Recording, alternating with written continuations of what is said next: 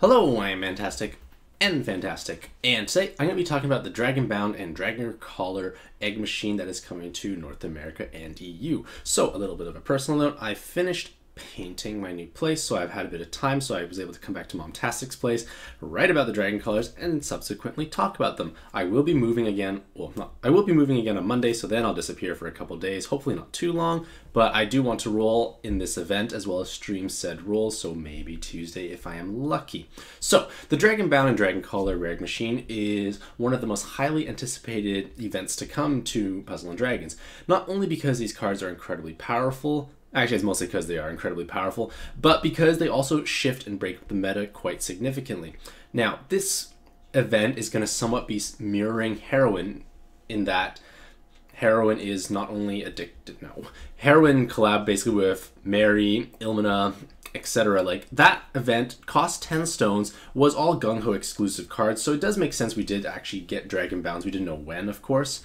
And the cards in the Heroine collab basically helped shift up various team compositions, gave you access to new farming leaders, basically just expanded our monster box significantly. And the Dragonbound event is going to be doing something very similar. It's going to be adding depth to our monster box that we cannot replicate anywhere else. And that's key because if you are rolling in collabs or seasonal events or whatnot, you want to try and gain as much value as possible. And ideally, there's enough value at the very bottom to justify actually rolling because it can be quite pricey. And in this case here, it is 10 magic stones. But thankfully, almost every card has significant value. There's plenty of merit to be had in the 5-star rarity, so it is worth rolling and pursuing. So for myself, I do plan on rolling. I will talk about that more as we go along.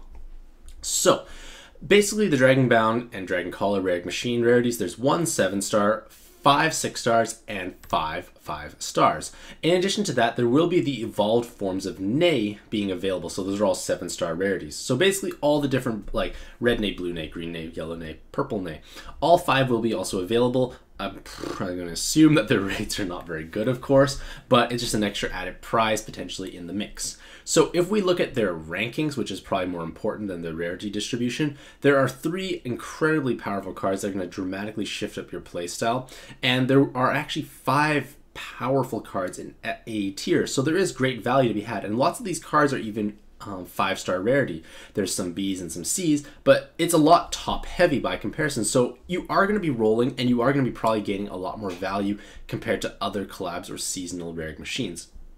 Still moving, so I don't have Pancake around. I'm kind of just keeping the artwork ranking here temporarily, but basically coming soon, not really, because I'm still moving. But if Pancake had to think of one, her ideal roll would be so, power creep and timing. So, power creep is the notion that newer cards or evolutions tend to be stronger and outpacing older options. This is important for any long-standing game to essentially keep the game fresh and exciting. If things stayed stagnant, the game would grow tiresome and boring and people would stop playing. So, by having steady rates of power creep, like manageable increments of cards getting stronger and stronger, the game keeps moving forward and being enjoyable. With that being said, Gung-Ho does a great job of recycling older cards because there are so many different types of evolutions, and an older card can receive a new evolution and become significantly powerful. For example, Haku was just average, maybe lackluster, okay-ish for a while, but when she got her reincarnated form, she just jumped up significantly in terms of power and value, and the fact that other teams opened up that could utilize her made her incredibly valuable. Of course, Haku is now obviously on the decline because the teams that she's excelling on are becoming less powerful as newer options become available. However, if you had Haku when she was at her peak, she was incredibly valuable. And that's kind of the concept I want to try and stress with the Dragonbound event, is that when the cards are released, they are at the strongest they're going to be for a prolonged period of time. And because these cards are kind of like a seasonal event, they're not going to become buffed or available for a long period of time. It might take 6 months or maybe even a year for it to return. And with that in mind, if you want to try and acquire these cards, it may be best to try and do so right now so you can fully capitalize and gain value from them right away. Whereas if you had say waited for their next return, say in 6 months or a year, the cards are still strong, but they're not as dominant as they would have been if you had rolled them right now. So if you are planning to try and acquire these cards, it is best to do so earlier on because you are going to gain the most value out of them right away. So with that out of the way, let's talk about the cards themselves. So there is only one 7-star featured, which is Ideal, and she may be the ideal card to roll because she is just so incredibly powerful. She has 2 distinct evolutions which do have different merits and strengths, and I'll explain both of them in a moment. They are both obviously very powerful, and she does have great leadership potential in either form as well, and she is also animated, which is kind of unusual. Most cards are like just 2D pictures, but Ideal is actually animated, so our favorite monster potentially comes to life. So that's actually quite an exciting concept, but I feel like they're not going to do that for all the cards because A, it's going to make the game a lot bigger and run possibly slower, as well as obviously being more time consuming to do, and maybe we get less content as a downside. So in terms of the cons for Ideal, they're a 7-star rarity, so they're going to be obviously very challenging to roll, and you have a difficult evolution decision. Do you want light or dark? So the solution is obviously roll multiple of them, but again, good luck rolling multiple of them, let alone one. So regardless of which Ideal evolution you do pursue, they have the same active skill in that they provide 2 turns of delay and a Dark Kali style board changer. So you basically can remove dangerous orbs, you can trigger your rainbow activation, trigger many combos, as well as delaying. So it's a great value active skill to have overall, and it's going to help you out on a variety of different teams. So Light Ideal comes with 3 7 combo awakenings. 3. It's not a typo. That's just meaning Light Ideal is going to be hitting for stupendously high amounts of damage. Killer Awakenings and 7 Combo Awakenings stacked on top of themselves. So essentially Light Ideal is going to get 2 times, 2 times, 2 times, or 2 cubed, which is 8 times damage. So Light Ideal is basically doing 8 times damage unconditionally. So if you had a 100 times multiplier, let's say hypothetically an Ideal is on your team, you hit 7 or more combos, Light Ideal is hitting for 800 times damage. Like, wow. That's incredible. Like, this is ridiculously high damage output. She's also fully bind immune, and she also provides 10% bonus health for your entire team. So if your team had 30,000 health, you get another 3,000 health just from her awakenings. Both Ideals are bind immune, so this obviously holds true for the light form. So she's bind immune, giving 10% bonus health to your whole team, has 777 combo awakening. Like, that's incredible. So as a sub, amazing on basically any type of team that actually could squeeze in 7 combos, and as a leader she's actually reasonably respectable. She's got 13 times attack when matching all 6 elements, but your whole team does have 20% bonus health with double Light Ideals because of those awakenings. Unfortunately, you're not going to be able to heal very efficiently, and that's why the Dark Ideal tends to be the more ideal form for leader skill applications. Now, both the Ideals do grant plus 3 seconds to orb movement time, and that can be important if you're having issues forming those combos, but it can be seen as a drawback because you're taking some power out of the leader skill, but then you're also saving awakening slots at the same time because you don't have to stick in essentially 6 time extends to gain that value. So Dark Ideal is a little stronger as a leader, but she does trade out her awakenings and kind of downgrades them for the most part because you lose your 3/7 combo awakenings, but you gain 2 enhanced team recoveries and a single guard break awakening. So the Dark Ideal, if used as a leader, you are gaining 20% bonus health for your team and 40% bonus recovery. So you are actually playing a tank-oriented team with 225 times damage. Now, 225 times damage is quite powerful, of course. You can easily stack 7 combo awakening cards. You have unlimited sub flexibility, but you have to hit 10 combos. Now, of course, you could pair with Diablos, but then again, pairing with Diablos is able to be done with so many different leaders, and is Dark Ideal going to be the ideal choice in this case? Maybe, maybe not. Anubis tends to shine brighter when paired with Diablos because he has a higher damage ceiling when you're hitting 10 combos, so that is kind of important. The damage mitigation component from Diablos is usually enough to survive most hits. The extra 10% health from Ideal is not going to necessarily make or break the team. You get some recovery, but Anubis also gets recovery when using an active skill, so it's a little harder to justify using Dark Ideal paired with Diablos. However, There is going to be a card in this rare machine called Lee or Ree, depending on which translation it came from, but she's able to swap your leaders. So what you can do is you enter the dungeon with a 7x6 leader and Imperative Dark Ideal, and then you swap in your Dark Ideal into your leader slot with Lee or Ree, and you then have double Dark Ideal, so you have the 20% health, 40% recovery, as well as a 7x6 board and easy access to 225 times damage. That could actually work very well, and that could potentially be a little stronger than double Anubis in some cases. Yes, double Anubis hits a higher multiplier, but you are a lot more tanky instead of double Anubis on 7x6. So you have the durability. You also have, you don't need to actually rely on active skill clauses every turn. So you don't have to use an active skill every turn. So technically, if Anubis doesn't use an active skill, it's 100 times versus Ideal's 225 times at 10 combos. So pros and cons, Ideal's a little tankier. But then again, if you are able to roll lots of Ideals, you may already have a better team available. So you may not necessarily want to make the dark form, and light may be more meaningful and beneficial overall. So now we go into the 6-star rarity. And Weld is the first one, and he is best for his weapon assist evolution. They have actually quite a powerful active skill, and they actually grant your monster an extra TPA when used as an assist in their weaponized form.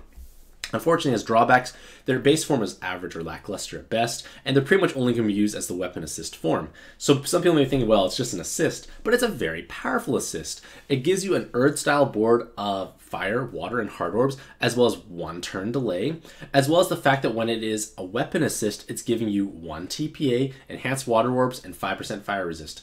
Now, we only really care about the single TPA for the most part, because you're now able to give a card an extra TPA and potentially significantly more damage. Now, obviously, you want to try and utilize it on a card who already has TPAs to kind of push them further through the roof. So for example, if you put Weld on Sheet, you're going to say, holy sheet, I have 6 TPAs. I'm going to blow through everything. And that's actually quite important, as well as having synergy with water teams. Now, Weld's active skill is quite powerful because of mono fire, mono water teams, and even combo teams that have heavily usage of those colors can greatly benefit from this active skill. And that's quite important because a lot of different weapon assist evolutions tend to come with lackluster base active skills that you can't necessarily capitalize on very efficiently. And Weld is kind of the exception to that because this is actually a very powerful and desirable active skill. So not only can you stick this on your combo of mono water, mono fire teams, but it may have applications for Minerva Cheese teams. And this is because you can inherit him onto one of your cards and give 5% fire resist. And that extra 5% fire resist can be important for making or breaking your cheese team because you now are basically gaining 5% fire resist you never had, as well as a beneficial active skill because you're a mono fire team. So this is something to keep in mind in the back of your head of how valuable Weld could actually be. Next is Knees, and they have 1,400 weighted stats. They have a powerful orb changer that also provides you 50% health heal and 5 turns of Awoken Bind Clear. Not Bind Clearing, but Awoken Bind Clear. You need to separate, there's actually a difference. Most bind clearings come with Awoken Bind Clears at the same time. This card's kind of an unusual exception that only has 1 component. Their leader skill can utilize 3 color crosses, but it's not really applicable and practical for most cases. And they actually have amazing synergy on Kami teams, not only because their weighted stats are heavily skewed towards health to help you stay in that health threshold, but because the 50% health heal and orb changing component alongside of it. So you're not necessarily wasting an active skill just healing. You're using an active skill to make your orbs for damage because it forms wood and dark, as well as giving you that big heal, which is important because Kami's base active does heal but doesn't generate orbs. She's also very pretty, which I think is important. Now, these high weighted stats does come with some drawbacks. Most notably, she only has 4 awakenings. So those 4 awakenings are definitely a liability. Like, I would probably trade out 5 awakenings for a couple hundred weighted stats. Like, awakenings can do so much more than weighted stats for the most part. So by only having 4 is a bit of a liability because she's vulnerable to binds, doesn't provide too much more for the team. However, if you use Knees as an inherit, it's obviously going to be quite amazing because you have so much weighted stats being transferred over. Now, this 5 turns Awoken Bind Clear does keep them abreast with Green Odin, in that Green Odin also removes 5 turns of Awoken Binds, but Knees can be used more offensively because you get the orb changing component, which is important, but her healing aspect is much more consistent. So Knees is only not clearing binds. That's the only drawback of her I can feel. But then again, her active skill is already doing more than enough, and you want to keep this cooldown reasonably manageable, because it's rare you're going to want to need every single aspect of the active skill. Like, it's just challenging to really justify a scenario where you need healing, awoken bind clearing, and orb chaining. Like, all at once, it's kind of too much, so the cooldown would go too long. So this is good in a way that they're kind of removing some of those components. Now, this is a reasonable card, but it's not as flashy and exciting as the other options I'm going to speak about right now. So, Tardis is another S-tier card, and this is because he trivializes Gunma, he can replace Diao Chan's, he's got an amazing active skill, he provides plus 30% team recovery while also having 6,000 base health. So he's got a large health pool, and he's going to be granting your team a massive amount of recovery. And there's also Doctor Who references if you actually watch that show and you go, oh, I don't know how to make that noise, but maybe some people know what I'm talking about. Unfortunately, as the drawback, they're not as pretty as Diao Chan. Okay, cool. If you're not as pretty as someone, you're probably pretty good. So, Gunma and Diao Chan have been favorable subs for Anubis or any other active skill clause teams because they have their active skills on a 1 or 2 turn cooldown. And of a single Gunma, you're able to basically chain that active skill over and over again, so you only utilize 1 active skill slot for this active skill clause. Diao Chan's you need to run 2 to complete the system because they have a 2-turn cooldown, but their active skill is stronger, they have better awakenings. However, Tardis kind of invalidates both of these to a certain extent because Tardis is a 1-turn cooldown, so you're able to use him every single turn, so he's better than Gunma because he has better awakenings and a better active skill. And when you're running Anubis and you need to have double Diao Chan, you're basically using 1/3 of your active skills, basically 2 out of your 6 cards for this active skill clause. So you have less wiggle room for utility that may be needed for the dungeon. And because of that, Tardis can shine a little brighter because you're only utilizing 1 sub slot instead of 2, and that is important. He gives you a time buff to his active skill, so basically you get a slight time buff, which can override time debuffs, which is kind of like Diao Chan. And the only reason why you'd want to use Diao Chan is if you need to have the orb unlocking component, but you're generally going to be using Tardis for the most part otherwise. So this is why Tardis is so powerful. Like, he's replacing what was to a certain extent a staple card in your team, and he's also giving you significantly more health than either of those options. Diao Chan has very little base health, but Tardis has more. Some people say, oh, Diao Chan gives you 10% damage reduction, which is important, but Tardis is giving you consistently more health overall. The damage reduction is probably more meaningful against large hits, but against the average spawn, the extra health is important, as well as having a 30% team recovery. That bonus recovery is actually quite significant because it's passively occurring. Diao Chan did have more base recovery, but Tardis is going to give you more healing overall because you get 30% from all of your team members. As a leader, Tardis is actually 100 times attack character, and 100 times attack character is okay, you think, but the only condition is you have to use an active skill. So double Tardis, one of them is an active skill pump, and basically they just use the active skill every turn, and you get 100 times based on whatever combo you actually make. You can make 1 combo, you can make 10, you're getting 100 times regardless. Can have some applications. You can use them in place of Liu Bei or Pixel Bracket if you don't want to go through the effort for like button farming, because it's kind of similar idea as Liu Bei in the sense that you just get damage for matching orbs. This can work well. And now we come to Li or Ri. I don't know, Padex says Li, other people say Ri. I'm just going to follow Padex for now. But they have a leader swap active skill.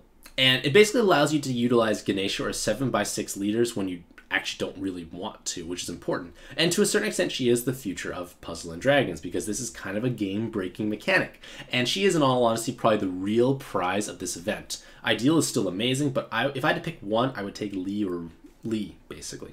The only drawback is that there's a 22-turn cooldown.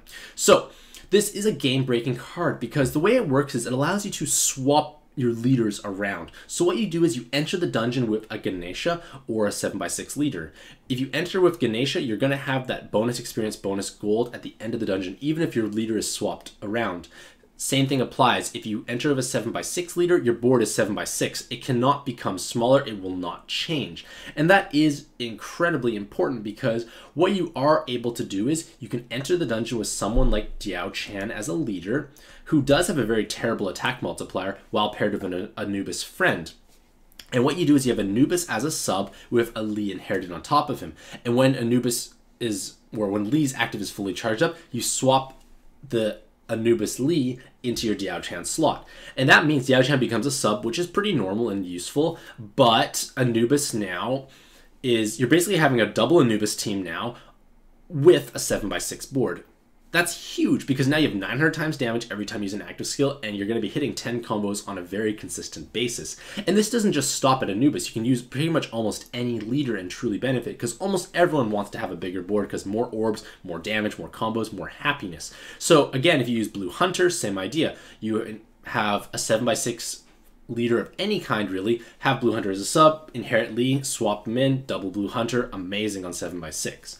So this is incredible because you can do the same thing with Ganesha. You can have even double Ganesha potentially with a friend, and then you have basically a true damaging leader with double Ganesha. So you can rank up super fast. You're just going to have a great time overall. So the only drawback is this 22 turn cooldown, because if you're using Blue Hunter, for example, 5 turn base cooldown, 22 turn Lee cooldown. You have to wait 27 turns to get the Blue Hunter swap back in. So you might be vulnerable for a period of time if you are actually not having enough skill boosts. And to have enough skill boosts might be quite challenging without playing co-op, because co-op allows you to share skill boosts much more easily. So this is the biggest drawback, is that you might have to wait for a while. You might be playing with kind of an awkwardish leader and your regular leader for some period of time. So this can be a little challenging hurdle to overcome, but in all honesty, it's worth the management because of so much value it can bring. Next is Enra, who is another A tier. They do have 3/7 combo awakenings, which is obviously wonderful. They do remove hazard orbs, as well as being a double orb changer that leaves heart orbs. And they're kind of like Yogg as a leader, but not good enough, really, in all honesty. The drawbacks are there are only 7 awakenings, which is not that big of a drawback in all honesty, but this HP clause for their leader skill makes them kind of like Yogg, but they don't have any self-healing, and they only have 144 times attack, so it's not as practical overall as a leader, but as a sub, they are amazing, because 777 combo means 8 times damage for themselves when you hit 7 or more combos. Furthermore, they have a powerful double orb changer, because their double orb changer basically changes 2 orbs that are not hearts into fire, so that's great for mono fire teams because you can heal and deal damage, as well as changing hazards into hearts.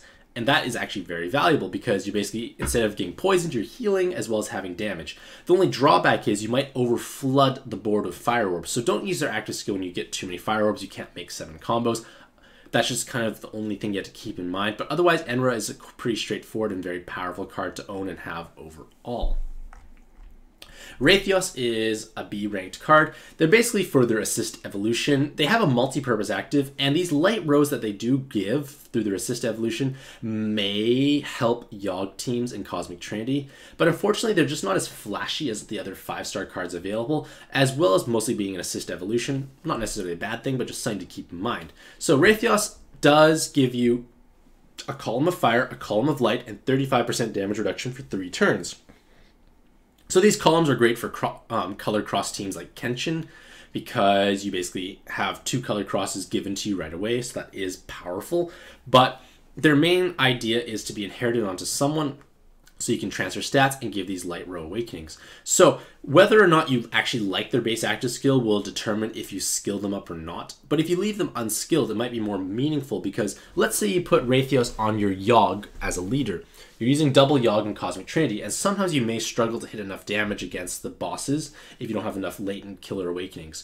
So what you do is you basically stick Raytheos on your Yogg, hopefully your friend has one as well, and then you actually have 4 light rows on your team, basically just out of nowhere. So you're gaining a large boost in damage, which might help your Pixel Cloud just punch hard enough to pierce through all these dangerous bosses. So Raytheos can help you out in that way. You may not want to skill him up if you are putting him on Yogg, because Yogg has a better active skill, so you're getting some stat transfer and you're getting those light rows. That is probably his main shining point, because Yogg is one of the few mono light teams that can really capitalize on rows to a certain extent, so that's where I feel that Raytheos will be used the most.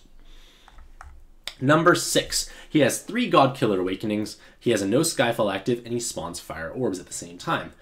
Unfortunately, his drawback is he's only effective against gods, but who cares about that? He has 3 God Killers, 27 times damage against a god. Get wrecked. Like, you're going to blow through things. So this is incredible for efficient farming. It's great for new challenges because for the most part, newer challenges like the monthly quests or like things like Hera Nyx tend to have things with stupidly high amounts of health. But if you can bring Killer Awakenings, you can harshly counter them because 27 times damage, it almost doesn't even matter what team you're actually using. As long as you have a modest multiplier, number 6 is going to obliterate any god card in the game. And that is obviously going to be his main strength. However, let's look a little bit beyond his god killing potential. His active skill is quite powerful. You spawn 7 fire orbs on a 5-turn cooldown. So this is actually quite strong value. However, you do have this no active skill clause for that 1 turn. Now, no Skyfalls. And no Skyfalls is usually a liability, but we can turn it into a pro rather than a con for the most part. Because let's imagine we're facing Noah Dragon, and Noah Dragon is absorbing light, and we have some light sub-attributes somewhere on our team. We use number 6 as active and on a board where there's no light orbs. So now no light orbs are on the board. No light orbs can actually fall down and match. So now we don't have to worry about this light orb actually triggering. This obviously has applications as well as for damage control scenarios, but I feel it's going to be most applicable for color absorbs and preventing that color from being absorbed. So this is quite valuable because I have had tons of times where things get healed when they shouldn't have, and I get very sad inside. So number 6 as active could be useful as an inherit on various teams, as well as being a super god-killing sub. And Killer Awakenings are going to have great value moving forward because nothing's going to really outpace a triple god killer or triple dragon killer in the case of Kiri. Now, Kiri has all the benefits of having a triple dragon killer, so like various farming, challenge dungeons, etc., etc. We know those are amazing, but what we're going to look at is her viability outside of this amazing dragon killing potential. So, Kiri has an interesting active skill. They change the boss's attribute to fire while also having 75 damage reduction from fire as a leader. So double Kiri is 93.75% damage reduction, which is similar to Minerva in the sense that you're having great damage reduction and you have the built-in attribute change at the same time. Unfortunately, unlike Minerva, Kiri is not immune to bind. So when you're bound, you lose that damage mitigation component and you just die. So that makes it so you have to basically budget another active skill for this cheesable team.